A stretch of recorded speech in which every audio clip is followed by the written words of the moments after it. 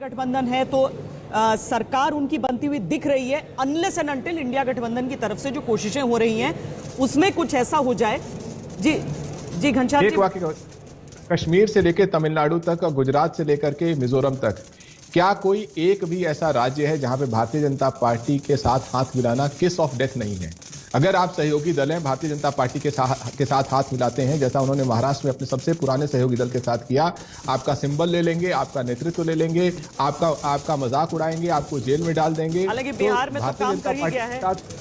बिहार में जेडीयू भी अपना अच्छा, बीजेपी ने अच्छा नहीं किया लेकिन जेडीयू एलजेपी ने अच्छा कर दिया। पर हेगड़े जी हैं हमारे साथ, शिवसेना शिंदे गुट के। तय करते हैं कि किस दिन हेगड़े जी ये समझाइए, कृष्णा हेगड़े जी ये समझाइए कि क्या हो गया।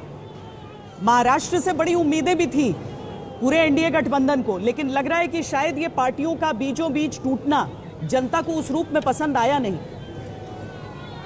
देखिए, घनश्याम जी तो अभी बहुत बड़े प्रवचन दे रहे थे कि क्या हो रहा था क्या नहीं हो रहा था, लेकिन मैं उनको याद दिलाना चाहता हूं कि नरेंद्र मोदी जी के कार्यकाल में अच्छा काम जो हुआ है, make in India, made in India, welfare schemes जो थे, और आर्टिकल 370, राम मंदिर, सब हुआ है।